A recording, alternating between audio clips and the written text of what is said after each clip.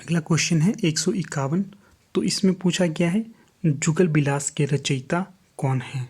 तो जो जुगल बिलास ग्रंथ है इसके रचयिता होंगे राम सिंह। यहाँ पर जो विकल्प भी है बिल्कुल उचित होगा। अगला क्वेश्चन 152 है। इसमें पूछा गया है रसिकानंद की रचना किस कवि ने की है। तो जो रसिकानंद रचना है ये किस कवि की रचना है, तो ये होगी ग्वाल कवि की रचना। अगला क्वेश्चन 153 है। इसमें पूछा गया है निम्नलिखित कथनों में से असत्य कथन कौन सा है। तो जो असत्य कथन होगा तो ये होगा विकल्प सी, पिंगल प्रकाश पद्माकर का ग्रंथ है। अगला क्वेश्चन 154 है। इसमें पूछा गया है इनमें से रीति का क्या अर्थ काव्यशास्त्र में लिया जाता है। तो जो रीति का अर्थ काव्यशास्त्र में लिया जाता है तो ये लिया जाता है विशिष्ट पद रचना के लिए। यहाँ पर जो विकल्प भी है उचित होगा। अगला जो क्वेश्चन यह 155 है। इसमें पूछा गया है ब्रजभाषा गद्य के माध्यम से विषय को समझाने का प्रयास इनमें से किस रीति ग्रंथ में किया गया है। तो ये किया गया है विकल्प ए, व्यंग्यार्थ कौमुदी में। अगला क्वेश्चन है 156। तो यहाँ पर पूछा गया है को कितेक उपाय करो कहूँ होत आपुने पिया पर आए। तो जो ये पंक्ति है किस कवि की है, तो ये पंक्ति होगी विकल्प सी, मतीराम जी की। मतीराम जी कहते हैं को कितेक उपाय करो कहूँ होत हैं आपुने पिया पर आए। तो ये पंक्ति भी मोस्ट इंपॉर्टेंट है और इसके रचनाकार मतीराम है। अगला क्वेश्चन है 157। तो यहाँ पर पूछा गया है रसविलास का मूल प्रतिपाद्य क्या है। तो जो रचना है रसविलास इसका मूल प्रतिपाद्य या विषय होगा विकल्प बी, रस। अगला क्वेश्चन 158 है। इसमें पूछा गया है भरतपुर के राजा सुजान सिंह जिनका उपनाम सूरजमल है के पराक्रमपूर्ण चरित्र का वर्णन करने वाले कवि कौन थे। तो ये थे विकल्प बी, सूदन। अगला क्वेश्चन 159 है। इसमें पूछा गया है सूरजमल की वीरता का वर्णन किस ग्रंथ में किया गया है। तो सूरजमल की वीरता का वर्णन किया गया है सुजान चरित्र में। यहाँ पर विकल्प ए उचित होगा।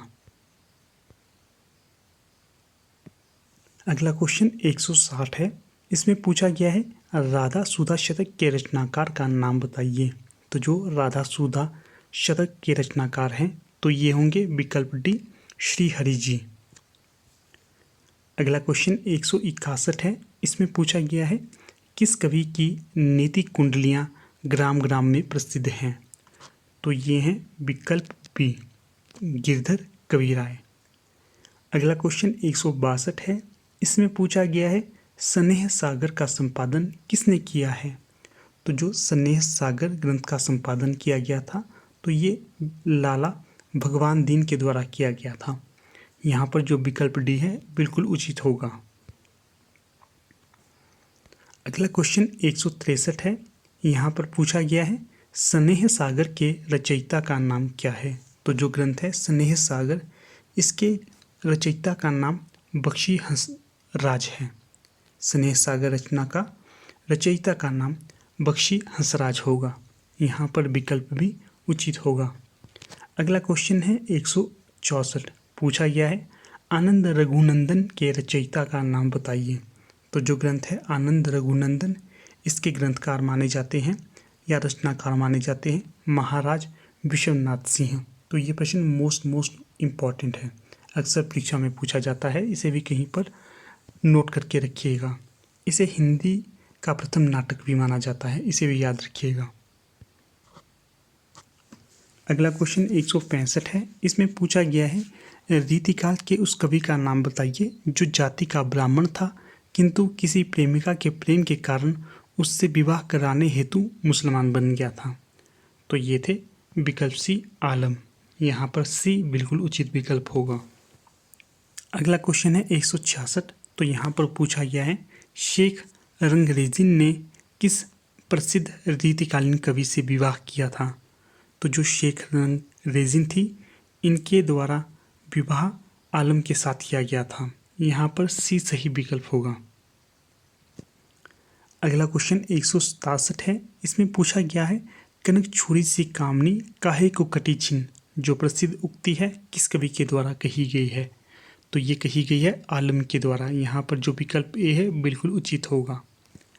अगला क्वेश्चन 168 है। इसमें पूछा गया है आलम केली के रचयिता कवि कौन है?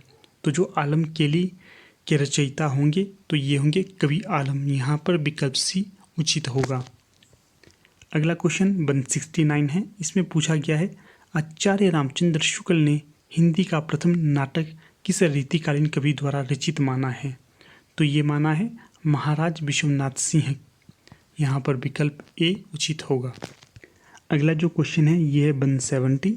पूछा गया है इनमें से कौन सी रचना रसिक गोविंद की नहीं है?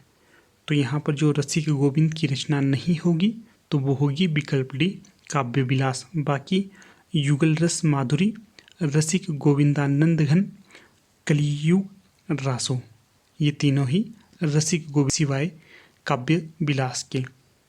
अगला क्वेश्चन 171 है। यहाँ पर पूछा गया है यमुना लहरी के रचयिता कवि कौन है?